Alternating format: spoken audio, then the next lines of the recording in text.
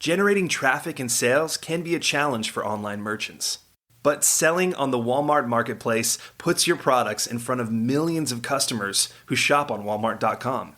And right now, sellers who join Walmart Marketplace can save up to 50% on referral and fulfillment fees for the first 90 days. So get started today.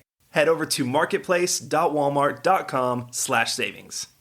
That's marketplace.walmart.com/savings.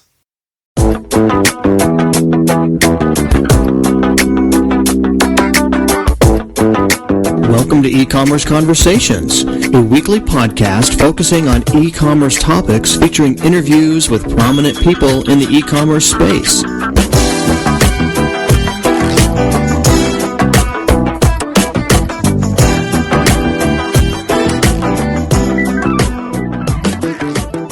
Welcome to E-Commerce Conversations by Practical E-Commerce. I'm Kerry Murdoch. There are dozens of credit card fraud prevention services. Some cost money, some are free, and their approach to fraud prevention can vary. So what are small merchants to do to prevent fraud, and how much money should they spend in the process? A fraud prevention expert is here to address that for us. He's John Hammond, Technical Account Manager with Authorize.net, the credit card payment gateway company. Well, John, thank you for your time today. Thank you. I appreciate the opportunity. John, our listeners are smaller e-commerce merchants, as you know. Give us a realistic idea of the type of credit card fraud these businesses face. Well, today, some of the biggest ones that we have are known as card testing, and also data threats. But card testing is one of the biggest ones. What that entails is either an individual utilizing just a small number of phony credit card numbers or using a large number of credit card numbers and just passing them through the merchant's website or shopping cart services. There's also the data threats, which is stored data being compromised. So if a merchant accidentally or improperly is storing data, that information could be compromised. And then there's friendly fraud, which is pretty simply put just merchant fraud, meaning that the merchant themselves has an intention of setting up an account, utilizing that account to do chargebacks on their own credit card so that they could obtain funds. And then there's the shopping cart and website attacks, which are just malicious attacks on their payment forms due to the information on their websites being accessible as far as their secured data. Some of the other information that could be actually referenced when it comes to fraud is the CyberSource Online Fraud Report, which is an excellent industry document, which is located at www.cybersource.com. But one of the biggest points of interest that's been brought to my attention was by our fraud manager. He mentions consistently to know your customers. That's what most small business or any merchant business should know, is know your customers. Are there some types of merchants that have a higher risk? Does it depend on what they sell? If I sell running shoes and you sell iPods, in that example, have you got a higher risk of fraud than me? In the overall scheme of things, there's really no specific industry, only specific practices which allow for fraud. However, there have been businesses that are out there, for instance, charities and donation sites, which do seem to become targets, along with being easily compromised websites. So any website out there that does not properly secure their payment form or access to their shopping cart information can be easily compromised.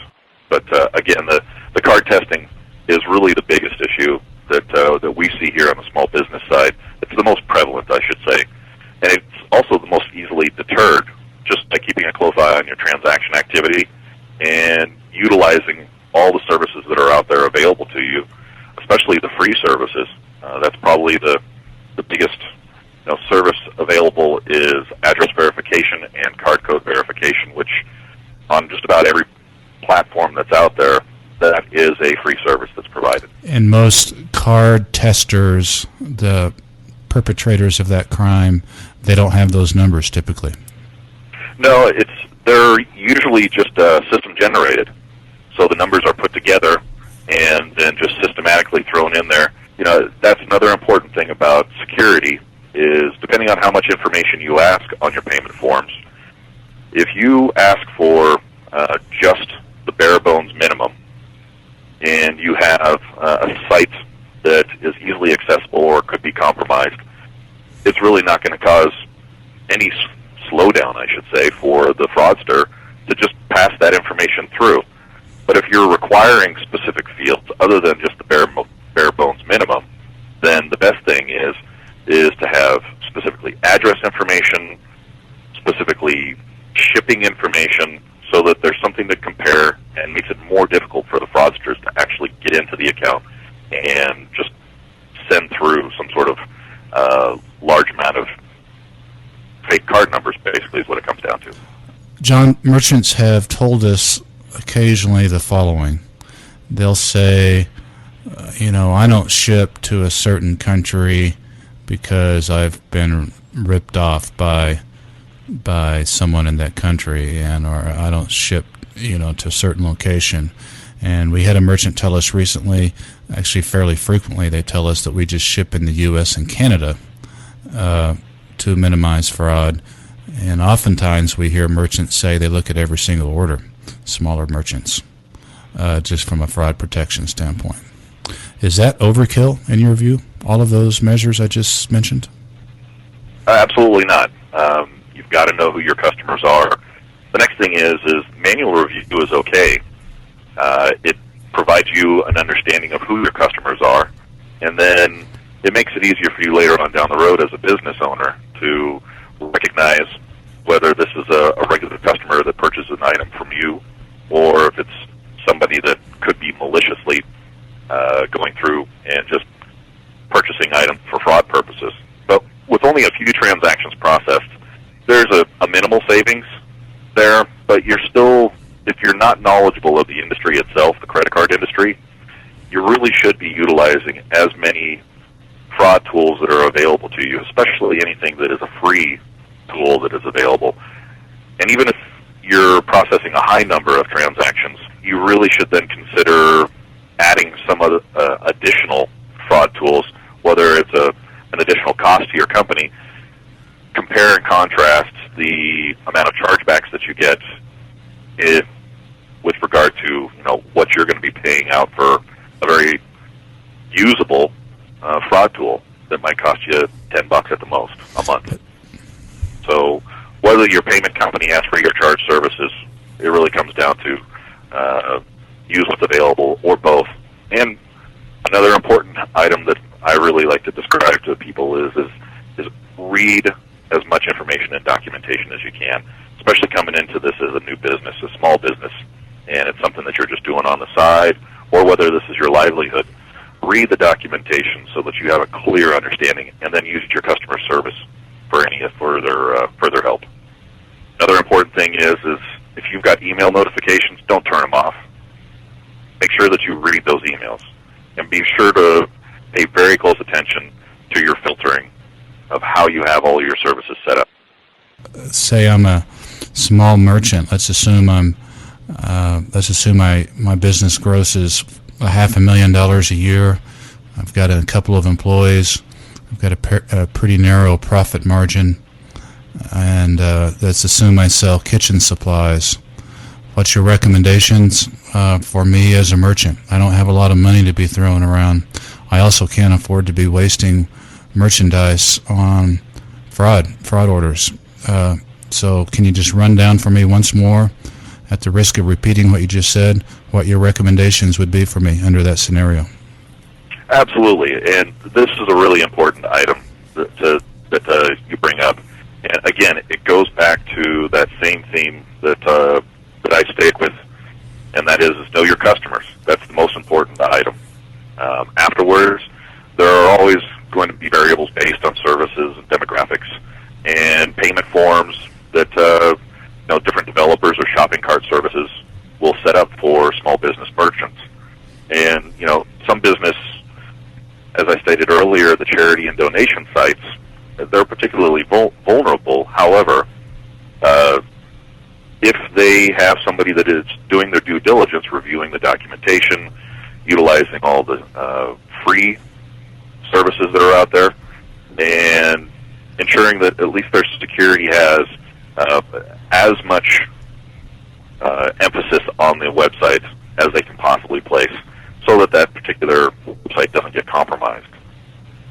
These are the things that fraudsters will go into an account, and if they see a payment form or a shopping cart service, they'll try to exploit, or at least try to find information that they can exploit and access by throwing in a whole bunch of numbers. But if you're requiring a considerable amount of information to be passed in order for a customer to, process their transaction and feel safe about it, then you're really not going to have too many fraudsters out there. They're going to waste their time. They're going to look for the simplest process to put into place and hit that particular merchant up. Otherwise, they're just going to walk away. And probably the second most important thing is in this industry, we have customers that are even more savvy about identity theft and potential fraud.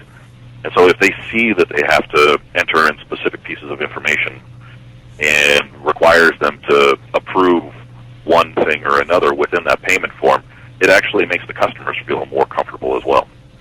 John, Authorize.net is the leading payment gateway for smaller merchants, and I suspect a lot of the listeners to this interview use Authorize.net.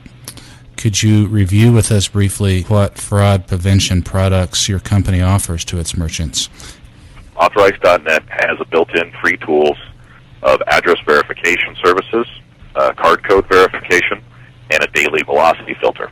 Those are free built-in services that are available, and if used properly, can really decrease a great percentage of fraudulent transaction activity. Does a merchant have to turn something on to make himself or herself make his business available to those three products? Address verification comes in a default setting, which is about medium-high security for address verification. I could get into the details, but that would take a lot longer than what this would allow. Card code verification is something that has to be enabled by the merchant.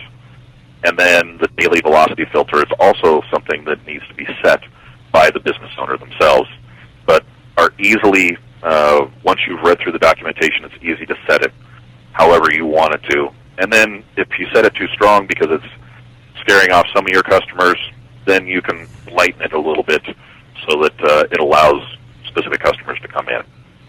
The additional product that we do have is a paid service, which is the Advanced Fraud Detection Suite, which costs only $10 a month, and it allows merchants to fully customize 12 different filters and the way those filters handle suspicious transactions. It is inclusive of the address verification and the daily velocity filter, and with all the information that is being reviewed, and it really is, in my opinion, one of the best fraud services that we have available that's out there.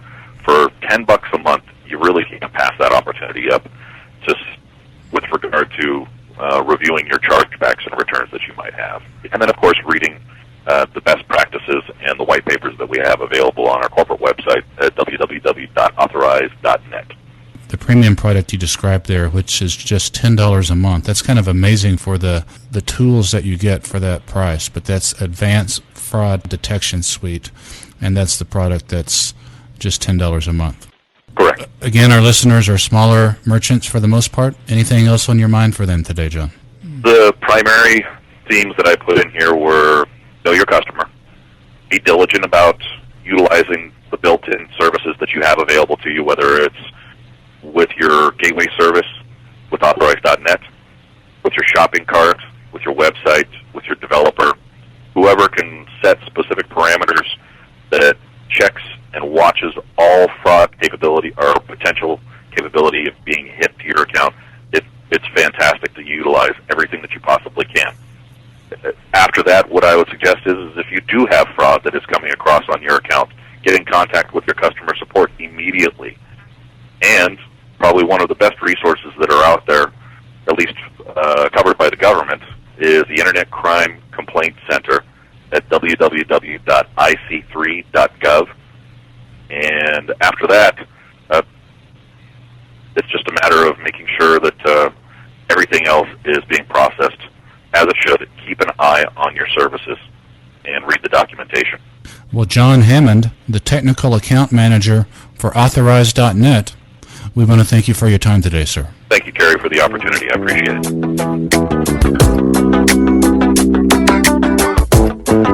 That's all the time we have for this week's e-commerce conversation. I hope you enjoyed it. Please tune in next week for another new episode.